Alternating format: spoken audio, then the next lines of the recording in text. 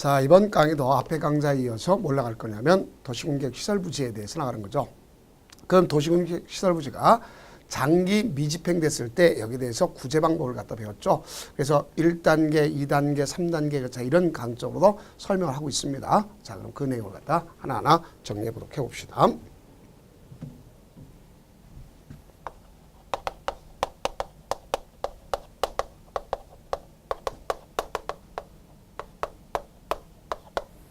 그러니까 여기서 중요한 건 이 도시군객 시설이라는 걸 조심해야 되겠죠. 자, 이거는 앞서 얘기했던 것처럼 이만한 기반시설이 있다. 그런데 기반시설 중에서 도시군 관리계로 결정돼야 이것이 결정이 돼야 되는 거예요.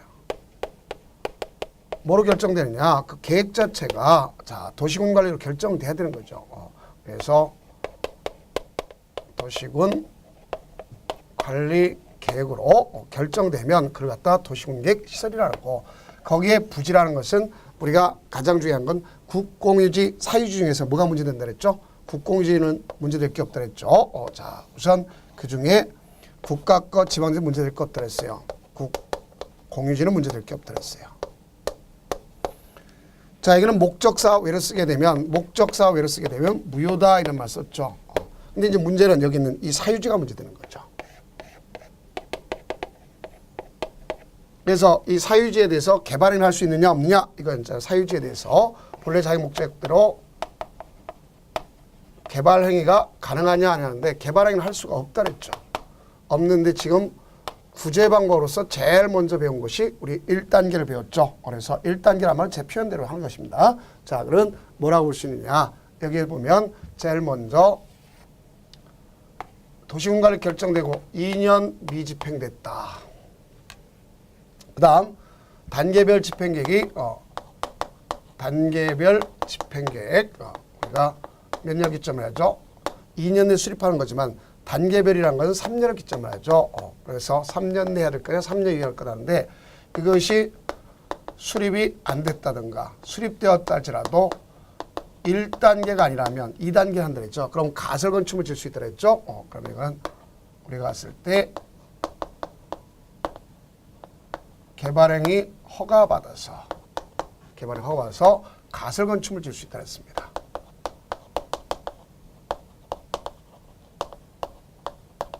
돈을 질 수 있다. 이거죠. 여기까지 배운 겁니다.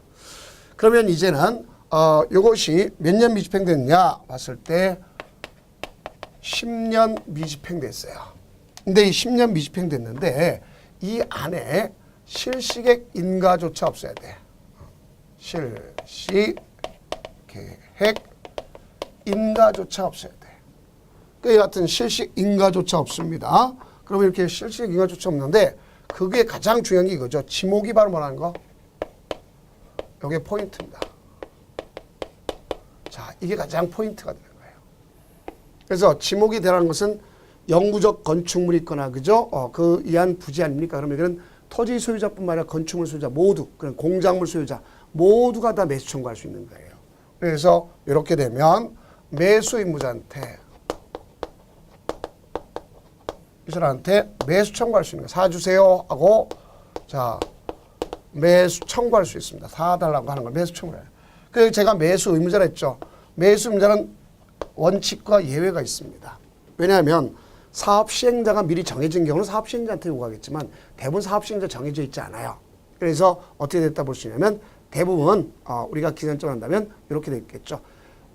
입안권자, 즉 특광자 시장군수한테 매수 청구를 하는 겁니다.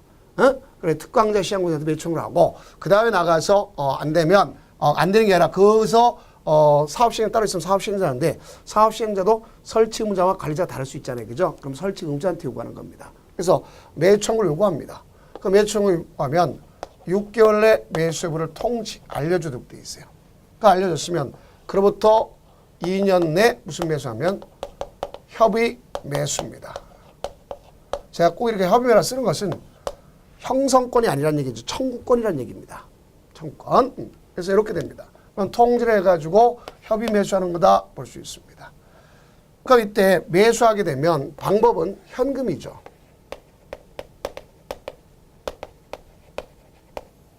채권을 발행할 수 있어요. 이거는 지방자치단체만 발행하는 겁니다. 지방자치. 오늘날 지방재정자율도가 낮은 곳이 많습니다. 그래서 매수청 가면 소위 모라토리엄 선언할 수도 있어요. 그렇기 때문에 뭐하냐, 그걸 위해서 채권을 발행해 줄 수 있게 하는 겁니다. 자, 이것이 바로 여기에 핵심이라고 볼 수 있습니다. 그러면 이 매수할 때 이 매수 절차와 가격, 자, 이렇게 진행하는 절차는 이 법이나 또 다른 법이 있어요. 그 규정이 있어요. 그것에 의하지 않는다면 절차와 방법에 대해서는 토지보상법을 준용하도록 되어 있다.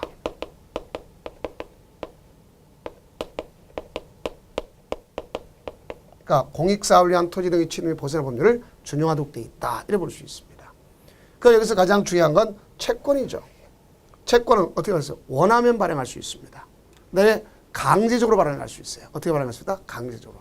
그럼 강제적으로 발행하는 건 부재부동산 소유자, 사업인정고시 현재 부재부동산 소유자, 또 비업무용 토지로서 3천만 원 초과분에 대해서 할 수 있습니다.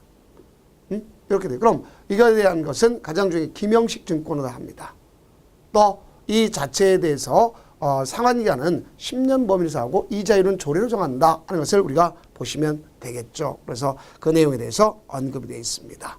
근데 만약에 여기서 매수하지 않기로 했다. 그러면 개발행 허가 얻어가지고 3층 이하의 단독주택, 그 다음에 3층 이하의 1종근생, 3층 이하의 2종근생. 근데 2종근생에서는 안 되는 게 있어요. 제가 나름대로 설명하기를 우리 시험 합격할 때까지는 단란하게 안마 받고 노래하고 다중생활 해서는 안 된다. 이런 말씀입니다. 알겠죠? 그래서 단란하게 안마 받고 노래하고 그럼 단란주점 안마 시설 노래 연습도 안 되고 다중생활 시설 옛날 고시원 이런 건 해서는 안 된다. 이렇게 볼 수 있습니다. 그걸 여러분들이 연상하시면 되겠죠. 자, 그래서 이와 같은 게 10년 미집행 됐을 때 하게 되는 바로 이 뜻입니다. 그럼 이렇게 하면 기출 체크를 한번 나가보도록 해봅시다. 갑소유 토지는 A광역시 B9에 소재한 지목이 대인 토지. 이것을 가장 중요해요. 광역시, 구는 계획과가 상관없습니다. 구는 무조건 지워버려야 되겠죠. 그 다음에 나아가서면 지목이 대 동그라미 쳐야 되겠죠. 그래서 한국토지주택공사를 사업시행, 별도의 사업시행자 정해져 있네요. 그렇죠? 그럼 매수 의무자가 LH공사라는 거 아닙니까? 그럼 LH공사는 채권을 발행할 수 있어요? 없어요? 없죠? 자, 이런 걸 얘기해야 되겠죠. 그럼 갑토지에 대해서 국토기계밀 법령상 도시군 계획시설 부지 매수청권이 인정되는 경우 이에 관한 설명으로 옳은 것 그랬습니다. 단 도시군 계획시설 설치 의무자는 사업시행자며 그럼 LH공사라는 얘기 아닙니까? 그러면 설치자와 관리자가 다르다 이런 의미를 갖다 설명하는 게 아닙니다. 자, 그래서 조례는 고려하지 않는다. 그러면 갑의 토지 매수 의무자는 구청장 될 수 있어요? 없어요? 없죠. 계획주체는 원칙은 특강자, 시장, 군수입니다. 구청장 없어요. 그러나 여기는 누구라고 돼 있어요? 사업시행자 정해졌잖아요. LH공사라고. 그래서 틀렸습니다. 다음 갑의 매수 청구를 할 수 있는 대상은 토지이며 그 토지에 있는 건축물. 자, 지목이 대라 했어요. 토지뿐만 아니라 공장까지 다 들어가는 겁니다. 다음 갑이 원하는 경우 매수 의무자는 도시공객 시설 채권을 발행하여 그 대금을 지급할 수 있다는데. 자, 여기 누가 돼요? 국가 지방자치단체, 그 지방자치단체 LH공사는 그럼 할 수가 없는 거죠. LH공사니까. 지방자치단체만 이랬지 않습니까? 그 다음 4번 매수 의무자는 매수 청구를 받는 후 6개월 이내에 매수협을 결정해서 갑과 광역시장에게 알려야 한다. 맞죠? 맞습니다. 그 다음 매수 청구에 대해서 매수 의무자가 매수하지 않기로 결정된 경우 갑은 자신 토지에다가 3층이 하니까 3층까지 그러니까 2층 맞죠? 근데 뭐가 안 돼? 단독이 돼야 되겠죠. 다세대는 안 됩니다. 다가구도 안 돼. 오로지 단독만 그래줘야 되겠죠. 그래서 4번이 정답이구나. 알 수 있습니다. 자, 이쯤 하면 이제 해제 권고란 말이 있는 것을 우리가 아셔야 되겠죠. 이것도 새로운 단계에 정리되는 것을 정확하게 우리가 이해를 해두는 것이 가장 필요하다 하는 것도 여러분들 알 수가 있습니다. 그래서 그 개념에 대한 걸 정확하게 좀 이해를 해두시고 거기에서 의미를 한번 보도록 해봅시다. 자, 그러면 이제 세 번째 볼 수 있는 것으로서 10년 미집행 됐어.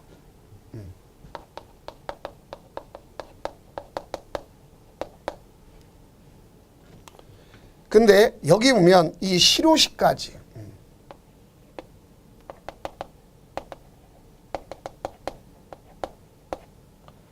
집행계획이 없습니다.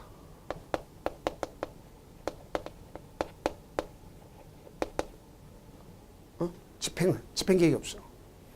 그럼 답답한 사람 누가 답답하죠? 여기는 자 토지 소유자가 요구할 수 있어요.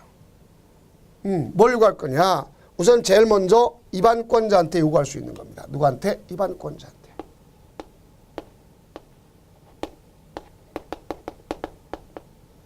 해제 신청을 요구하는 거예요. 누구한테? 입안권자. 그 입안권자는 이 해제 신청했잖아요. 그죠? 그럼 그것을 이 사람한테 알려줘야 되겠죠. 얼마나 알려주면 3개월 내에 알려주는 거예요. 3개월 내에. 그 이때는 해제 입안을 해야 될 거 아닙니까? 입안권자한테. 그 이 사람은 가서 이거 결정할 때 가서 60일 의회 의견을 들어야 돼요. 60일 의회 의견. 그걸 안 써있더라도 의회 의견 들어야 된다. 할 수 있습니다. 만약에 이게 경과됐다 그러면 의회 의견이 없는 걸 볼 수 있어요. 그것도 안 해주더라. 그러면 어떻게 할 거냐? 다시 해제 신청을 하는 거예요. 이게 안 됐다면. 이건 누구한테 해야 될 거냐? 이제 결정권자한테 해야 되는 거야. 그럼 결정권자는 가서 이 신청했으면 요 내용을 갖다가 2개월 내에 알려줘야 되는 겁니다. 그럴 때 여기는 원래 얘는 해지 결정을 해야 될 거 아니야. 해지 결정할 때 뭐가 필요하죠? 협의 심의가 필요하죠. 여기는 협의 없이 그냥 심의만 가지고 할 수도 있어요. 심의 얻어가지고. 그러나 단 변경하겠다면 우리가 다 협의 심의를 다 거쳐야 돼요. 그래서 이렇게 가져옵니다. 그럼 또 얘가 또 안 해주더라. 그럼 가서 이제 뭐가 필요하냐? 해제 심사 신청하는 거예요. 지금 요 사람과 요 사람에 대해서 이게 지금 해제에 대해 잘못해서 심사해달라. 청구하는 거예요. 누구한테 청구하느냐? 이 사람한테 청구하는 거죠. 국토장관에게. 그럼 국토장관이 가서 너희들 자 입안권자 여기 결정권자 자료 제출을 요구할 수 있겠고 그 다음에 가서 중앙도시의 심의를 거쳐서 얘네들한테 해제를 권고할 수 있습니다. 그 특별한 사유가 없는 한 얘들은 해제해 줘야 돼요. 해제해 줘야 된다 이겁니다. 자 이것이 바로 뭐라면 토지 소유자가 요구하는 것이구나 하는 걸 알 수 있어요. 응? 그렇게 가르칠 수 있겠죠. 그래서 해제 신청을 갖다 이렇게 할 수가 있다는 것을 여러분들이 좀 이해해 두시면 되겠고요. 그 다음 이제 뭐가 있다고 보시면 10년 미집행됐어요. 그런데 여기 보면 이제 누가 있냐. 지방자치단체가 10년 미집행됐어요. 그러면 여기 지방자치단체가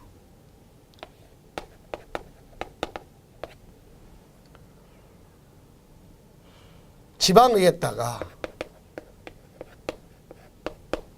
보고하는 거예요. 그래서 최초 보고하고 그 다음에서는 매 2년마다 보고하는 거예요. 안 해줄 때 매 2년마다 보고하는 겁니다. 그럼 지방의회가 무슨 소리냐? 10년 미집행되는 지방자치는 하고 싶어. 근데 예산이 안 되는 거 아닙니까? 그러니까 지방의회에다가 나 단계별 집행이 요구 단계에 속겠다 하는 걸 알려주고 그렇죠? 그 다음에 가서 그 현황을 갖다 주는 거예요. 의회에다가. 그랬더니 국토장관에게 해당 사항이 없습니다. 그럼 주게 되면 여기 있는 그 지방의회가 봐서 자 접수합니다.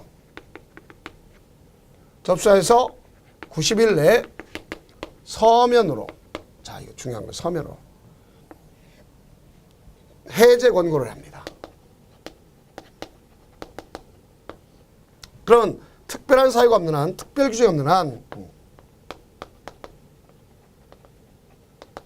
없는 한 1년 내 해제 머스트. 해제해야 한다 이겁니다. 근데 여기서 중요한 거는 해제 권고 받은 누가 문제될 거냐? 시장군수가 문제가 돼요. 누가 문제된다? 시장군수. 그래서 여기 시장군수가 문제됩니다. 그 해제 권고 받은 시장군수는 가서 1년 내 얘가 해제하는 게 아니죠. 그럼 얘는 누구한테 신청을 해야 되겠어요? 도지사한테 해제 신청을 하는 거예요. 그래서 도지사한테 해제 신청하면 도지사가 특별한 사유가 없는 1년 내 해제하도록 머스트 돼 있습니다. 근데 여기 보면 해제 권고받은 애들이 6개월 내 소명할 수 있는 거죠. 소명 6개월. 이렇게 됩니다. 자, 그 다음에 이제 마지막 하나가 뭐가 있느냐? 그래 봤을 때 마지막 하나는 20년 미집행 됐다. 20년. 그러면 미집행 됐으면 다음날 실효가 돼. 그러니까 일반이 모르죠. 그럼 실효가 있으면 그 내용을 고시한다는 걸 아시면 되겠습니다. 이것이 바로 도시공격시설부지의 구제 방법이다. 하나, 둘, 셋, 넷, 다섯. 그래서 특히 여기 있는 요 부분은 잘 좀 우리가 인식해 둬야 됩니다. 여기 시험 문제 자주 나와요. 아셨죠? 근데 새로운 거 잘 알아두셨죠? 토지 소유자가 해제 신청한다. 자, 이렇게 주면 되겠습니다. 자, 그렇다면 이제 그와 관련된 것 중에서 특히 시장군수한테 해제를 갖다 하게 됐다. 그럼 도지사한테 해제 신청을 하는 거죠. 그렇죠? 그럼 도지사 특별한 규정은 몇 년 내? 1년 내 해제해야 한다. 이렇게 볼 수 있습니다. 자, 그렇다면 이제 이쯤 하면 기출 체크를 한번 풀어둘 필요가 있겠죠. 자, 도시군객시설 결정의 실효 등에 관한 설명으로 옳은 것 그랬습니다. 도시군객시설 결정이 고시된 도시군객시설에 대하여 고시일부터 10년이 지날 때까지 그 시설의 설치에 관한 사업이 시행되지 않는 경우 그 효력을 잃는다. 자, 몇 년이죠? 효력은 20년이죠. 20년. 20년. 틀렸습니다. 네, 2번. 지방의회는 도시군객시설 결정 고시일부터 10년이 지날 때까지 해당 시설의 설치에 관한 사업이 시행되지 아니한 경우 그 현황과 단계별 집행계획을 수립한다. 단계별 집행계획 수립하는 게 아니라 이미 미집행됐잖아요. 그죠? 그럼 단계별 집행계획 몇 단계 있다는 걸 제출해 줘야 되겠죠. 해제달라고. 예산 빨리 달라고. 그렇죠? 이걸 얘기하는 겁니다. 틀렸고요. 3번 보면 장기 미집행 도시공격시설 해제를 권고받은 시장군수는 그 시설의 해제를 위한 도시군관리 결정을 누구한테 하죠? 시장군수는 도지사한테 신청해야 되겠죠. 네, 틀렸습니다. 4번 장기 미집행 도시공격시설 결정 해제를 신청받은 도지사는 특별한 사유가 없으면 신청을 받은 날부터 1년 이내에 해당 도시공격시설 해제를 위한 도시공관리를 결정해야 된다. 오케이, 맞는 소리죠. 소명은 6개월, 특별한 사유 없는 1년 내 하도록 돼 있다. 맞죠? 자, 그 다음 5번 시장군수는 도시공격시설 결정이 효력을 잃으면 그 지체 없이 그 사실을 자, 이 고시하는 건요 시장군수가 하는 게 아닙니다.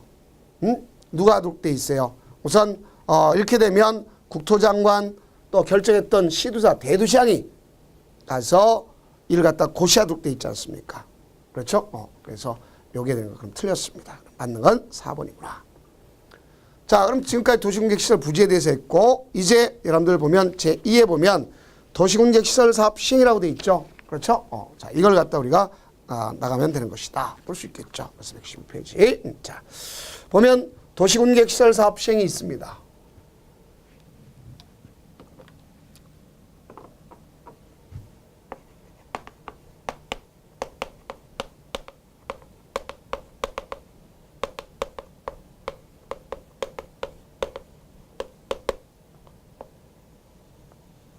사업을 시행하려면 제일 먼저 단계별 집행계획이 필요하다고 했죠. 여기는요.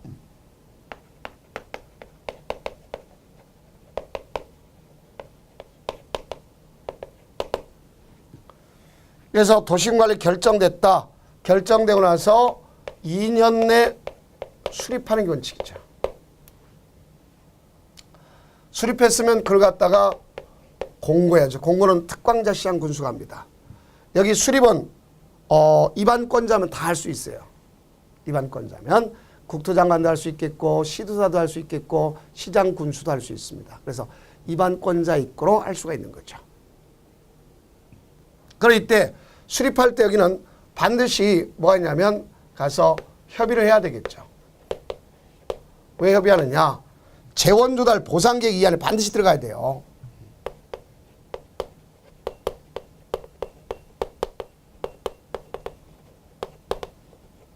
이것 때문이죠.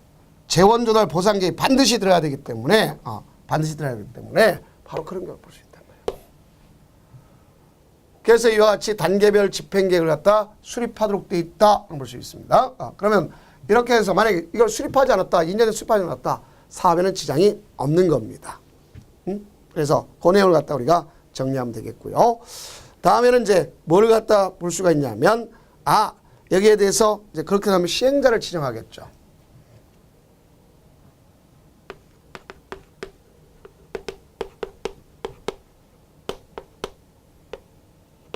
그러면 시행자는 행정청일 수도 있겠고 비행정청일 수도 있어요.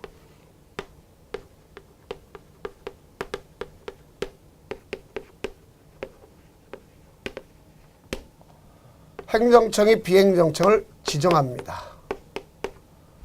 그 비행정청 중에서 가장 중요한 게 바로 이 민간이죠. 그러니까 우리 속된 표현 민간을 먹고 튀기 문제가 될 수 있죠. 그만큼 재정적인 문제가 있지 않습니까? 그래서 미리 담보할 수 있도록 해야 되겠죠. 그래서 국공유를 제하고 면적의 3분의 1을 소유하고 총수의 2분의 1에 동의없도록 이렇게 되어 있습니다. 이와 같은 행정청과 비행정청의 사업 시행자가 있음을 알 수 있겠죠.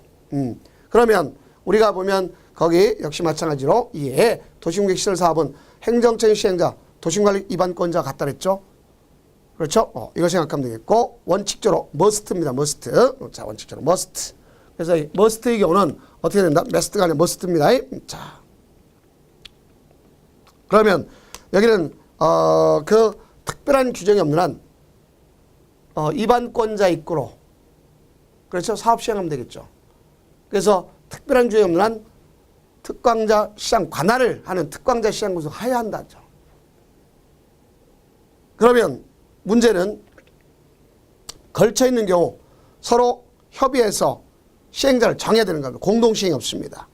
협의가 이르지 않을 경우 같은 시군, 같은 도 안에 있는 시군이다 그러면 도지사가 할자를 정해주는 거죠. 그다음에 시도다 그럼 국토장관이 할자를 정해주는 거예요. 공동 시행이 없다는 걸 잘 아셔야 되겠죠.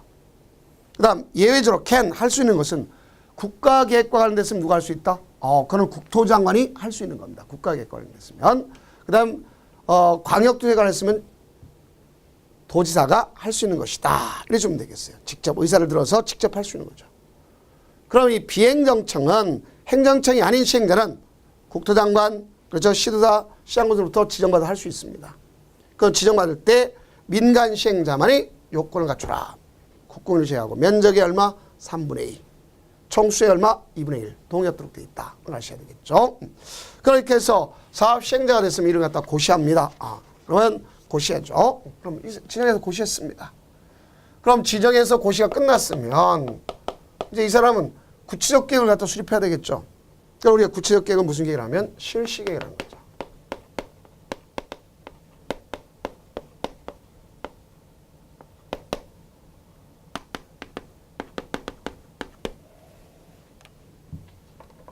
실시계획을 작성해서 인가받고 그걸 고시합니다. 그 여기서 중요한 내용이 된 건 이 실시계획을 작성한다. 구체적 계획이겠죠. 그래서 여기에 대해서 재원 조달이라든가 이런 계획들이 다 이 안에 들어가 있는 거예요. 그래서 우리가 행정에서 비행정처럼 미리 의견 들어가지고 아주 분할 시행하면 역시 실시계획도 분할해서 인가받도록 되어 있습니다. 그 인가권자는 누가 되겠죠? 여기 보면 이 자체 인가권자가 중요한 건데요.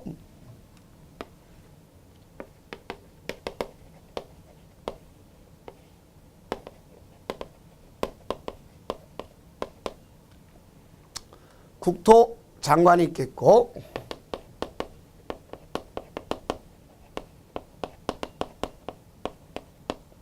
국토장관이 있겠고 시도지사, 대도시장이 있습니다.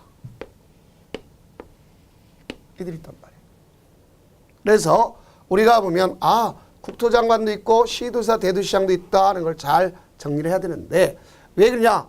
국토장관이 지정했으면 국토장한테 받습니다. 그 다음에 나머지 사람이 해줬다. 시도사, 대도시한테 받도록 돼 있어요. 그래서 이렇게 가져갑니다. 그럼 이건 인가하지만 이건 특허입니다. 특허. 조건부 설권액이 사업할 수 힘을 주는 거예요. 조건부 설권액이. 그래서 집중효과가 나타나는 걸 알 수 있겠죠. 자, 그다음 이제 이렇게 사업을 갖다 이제 그래서 시행을 해야 되겠죠.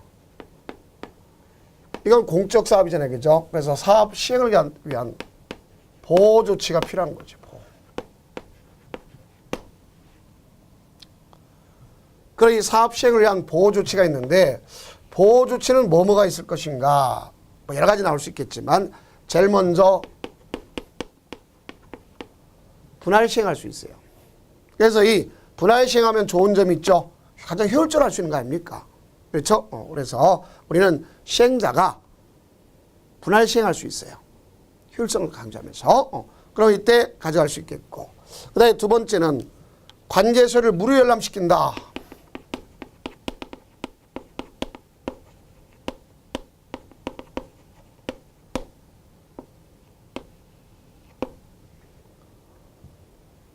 관계소를 무료 열람시켜야 하는 겁니다.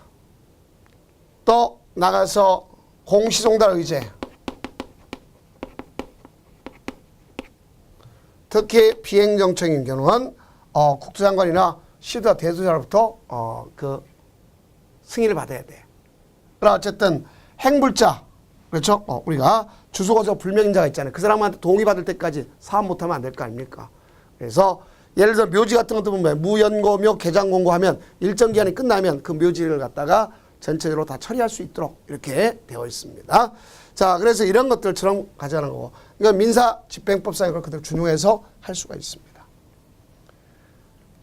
그 다음에 이제 가장 중요한 게 여기 토지 등에 대해서 수용 사용이 문제된다. 볼 수 있습니다.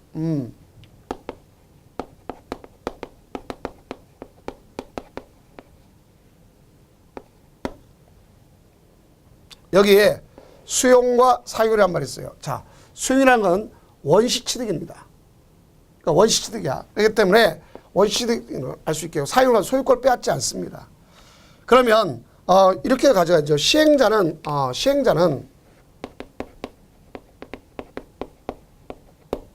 토지에 대한 수용 사용이 가능한 거죠. 가능합니다. 그런데 이제 문제가 뭐가 있느냐? 이 중에서 범위를 갖다가 가져간다. 범위 문제가 된다면 인접지자 나왔다.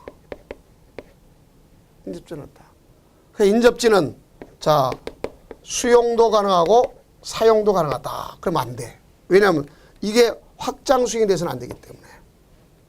그러니까 인접지자 나오면 인접지 사용 이걸 가져. 그럼 인접지 사용이 바로 뭐겠는가? 이렇게 본다면 인접지 사용은요. 현장 사무소. 자. 현장 사무소. 또 뭐가 있을까요? 공사 진입로. 공사 진입로. 또 무엇이 있을까요? 예를 들어서 물건의 적치장.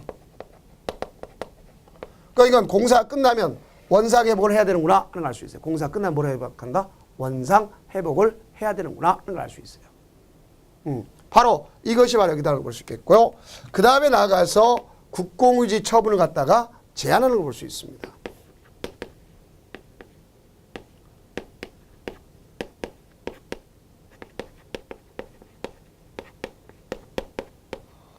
앞서 했죠. 목적사업 외로 팔게 되면 여기에 위반하게 되면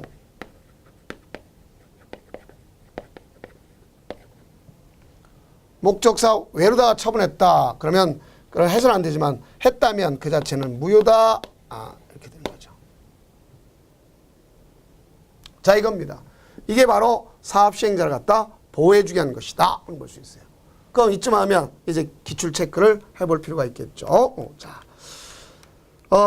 법령상 도시군계획 시설 사업, 이어 사업이라는데 관할 설명으로 틀린 것. 같은 도의 관할구에 속하는 둘 이상의 시군에 둘 이상의 같은 도인데 시군에 걸쳐 있는 사업의 시행자를 정함에 있어 관계 시장군의 협의가 성립되지 아니한 경우 관할 도지사 사업 시행자를 지정한다. 맞죠? 사업 시행자 지정해 주면 맞습니다. 그다음 도지사는 광역도시에 관련한 경우에 관계 시장 또는 군수의 의견을 들어 직접 사업을 시행할 수 있다. 맞는 얘기죠. 다음 3번 시행자는 사업을 효율적으로 추진하기 위해 필요하다고 인정되면 사업 시행 대상 지역을 분할하여 사업을 시행할 수 있다. 맞는 얘기죠. 다음 도시군 관리계획으로 정한 관리계획을 결정을 고시한 경우 사업에 필요한 국공유지는 그 도시군 관리계획의 정해진 목적 외로 양도할 수 없다. 맞죠? 양도하게 되면 뭐가 된다 그랬죠? 무효가 된다 그랬지 않습니까? 무효. 그 다음 5번 한국토지주택공사가 사업을 시행자로 지정하려면 사업 대상인 사유토지 소유자 총수의 자 봐봐요. 우리가 민간만이 갖는다 그랬죠. 민간 시행자만이 갈 때 국공을 제약하고 나서 면적의 면적의 3분의 1을 갖다 소유하고 총수의 2분의 1 동의 넣는다 그랬지 않습니까? 그래서 그걸 좀 그럼 이건 틀렸으면 알 수 있겠죠. 왜? 민간 시행자만이잖아요. 그렇게 좀 되겠습니다. 다음은 이제 이렇게 돼 가지고 사업을 갖다 이제 시행합니다. 그럼 시행을 해서 준공검사를 받습니다.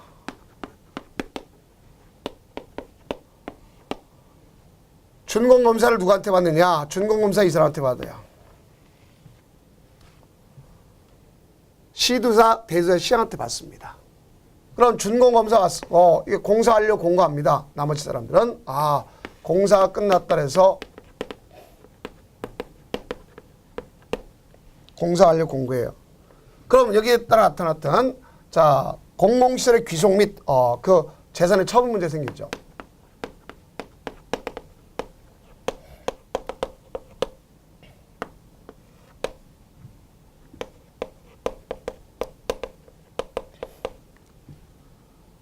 이런 거 나오는 건 아닙니까? 그러면 새로 설치한 공공시설은 행정청으로 다 행정청이든 비행청이든 다 관리청한테 주는 거예요. 그러나 예를 들어서 민자터널 같은 거다. 민자터널은 자 새로 설치한 거지 그죠? 그럼 관리청으로 들어가요. 들어가지만 그 터널의 통행료를 갖다 받는데 자 이제 어떻게 보면 사업 시행자가 민간이면 그 터널을 갖다 무상으로 양해받는 거예요. 양해받고 그 통행료를 갖다 징수해서 어느 정도 징수했으면 그 범위 내에서 이제 다 끝났잖아요. 그럼 국가로 기속시켜 주는 걸 얘기하는 거예요. 그래서 행정청이면 절대 무상 기속이요. 비행정청이면 상대적 무상 기속이다. 그걸 볼 수 있습니다. 그 다음에 우리가 보게 되면 이 공공시설을 갖다 설치함에 따라서 새로 생긴 것이 때문에 기존에 있던 걸 갖다 폐지하는 게 있어요. 용도 폐지. 자, 우리가 만약에 예를 들어서 여기 이렇게 교량이 있습니다. 그 도로가 있어요. 구불량도로. 사업 엄청 큰 문제 되죠. 그러면 이 도로를 갖다가 이렇게 개량을 합니다. 직선으로. 그 여기는 수용당한 자가 있을 수 있겠죠. 그럼 반대로 여기는 용도가 폐지되잖아. 그 용도가 폐지되면 이걸 갖다가 우리가 왔을 때 국가 거, 지방자치 거. 자 원래 처분할 수 없다면 처분할 수가 있는 겁니다. 그래서 용도를 폐지할 때 보면 국유재산법, 지방재산법에 보면 경쟁입찰 방법으로 하도록돼 있어요.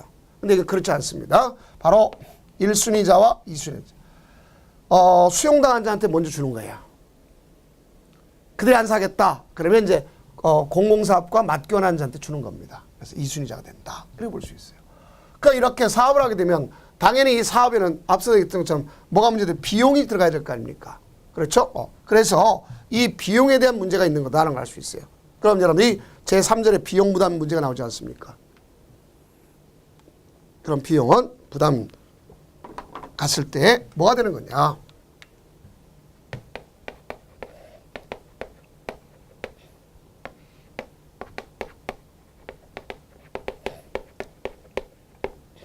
이게 원칙이다 볼 수 있어요. 시행자 부담이 원칙이다 볼 수 있습니다. 그래서 우리는 가장 중요한 건 그죠. 특별한 규정이 없는 한 국가권은 국가 예산, 지방권 조례가 정한 범위 내에서 알겠죠? 하는 거죠. 민간은 자기가 부담. 그래서 시행자 부담 원칙이다는 알 수 있어요. 그런데 예외적으로다가 뭐가 있다면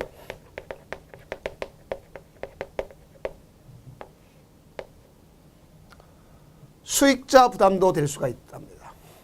그럼 이 수익자 부담이란 것은 이득받는 지방자치단체가 있을 수 있겠고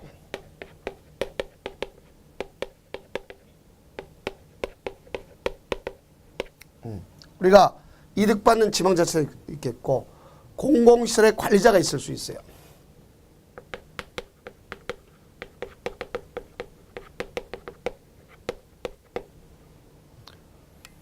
그래서 이들은 수익자 부담의 원칙이라는 걸 잘 아시기 바랍니다. 이득 얻을까 내도록 하는 겁니다. 그러면 이 중에 그 원칙이 있는데요. 자, 한번 봅시다. 도시군객시설 사업의 시행자, 행정처인 경우를 말하는데 공공시설, 즉 그 시설 시행자 외의자가 설치, 관리하는 공공시설만 얘기하는데 바로 이와 같은 관리자가 도시군객시설 사업으로 현저한 이득을 받은 때, 현저한 이득을 받았단 말이에요. 그러면 대통령이 정하는 바에 따라서 공공시설 관리자와 협의해서 그 도시공객시설 사업에 드는 비용의 일부를 그에게 부담시킬 수 있어요. 근데 만약에 이게 협의가 이루어지지 않는다. 그러면 국토장관이 그 시설, 공공시설에 관한 관계행정기관장의 의견을 들어서 결정하는 게 원칙입니다. 공공시설은요. 근데 만약에 여기에서 문제가 되는 게 있겠죠. 자, 부담하는 총 비용이, 소요되는 비용이 3분의 1, 넘어야 되냐, 못 넘어야 되느냐. 네, 3분의 1 넘어서는 안 되는 겁니다. 그러면 만약에 예를 들어서 다른 공공시설의 정비가 그 도시공객시설 사업의 주 내용인 경우는, 그 사람한테 2분의 1 돈 내라 얘기할 수 있어요. 근데 문제는 바로 뭐냐? 지방자치단체 문제 되는 거예요. 이득받는 지방자치단체. 그러니까 이득받는 지방자치단체는 우리가 봤을 때 국토장관이나 시도사나 그 시행자가 현재 이득 얻는 시군이나 시도의 경우는 가서 돈 내라고 할 수 있어요. 그러니까 국토장관이 하게 되면 시도가 또 이들과 협의를 해줘야 되겠고, 그럼 그중에 가장 중요한 행정자치부 장관과 협의를 합니다. 그러면 시도안에 돈 내는 거죠. 예를 들어서 서울 외곽순환도로 때문에 이득받는 서울시도 있겠고 그 주변 지역 있잖아. 그럼 돈 내라면 돈 낼까요? 안 내죠. 그럼 서로 간에 협의가 이루지 않지 않습니까? 그럼 이건 경기도와 서울 문제 아닙니까? 예를 들어서. 그럼 시도와는 협의가 이루지 않으면 국토장관이 아니야. 여기는 국토장관이 행정자치부 장관. 자, 그게 포인트입니다. 누가 한다? 행정자치부 장관. 그래서 여하튼 행정자치부 장관이 가서 결정한 따르도록 이렇게 되어 있습니다. 아주 중요한 얘기죠. 그래서 행정자치부가 결정한다 이렇게 보시면 되겠습니다.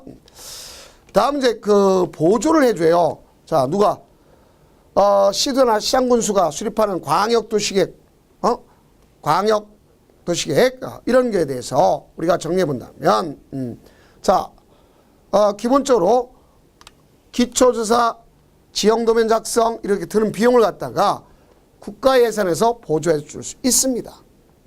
그럼 특히 기초조사, 지형도면의 작성에 소요되는 비용을 얼마까지? 80% 이하 범위 내까지. 자, 몇 퍼센트? 80% 이하 범위 내까지 국가 예산으로서 뭐 할 수 있다? 보조할 수 있다. 아주 조심해 줘야 되네요.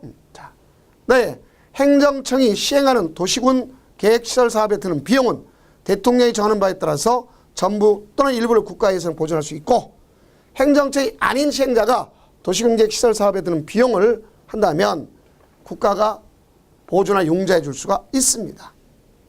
이 경우 자, 도로, 상하수 등이 그 기반시설을 갖다가 인근에 비해서 부족한 지역, 또 이런 것에서 우선적으로 지원해 줄 수 있어요. 그린벨트 같은 데 우선적으로. 그 다음 가장 중요한 행정청이 아닌 시행자, 가장 중요해요. 행정청이 아닌 시행자가 있겠고, 그럼 잘 알아야 행정청이 시행자가 있잖아요. 그럼 행정청이 시행자는 도시공객시설 사업에 대해서 해당 도시공객시설 사업 비용에, 자, 조사비, 측량비, 설계비, 관리비를 제외하고,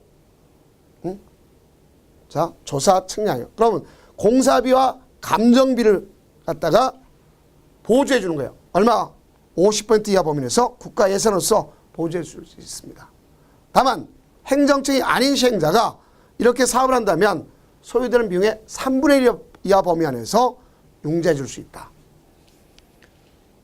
여기서 포인트가 되는 건 기초조사, 그러니까 우리가 조사, 측량비, 설계비, 관리비는 보조해 주지 않는다.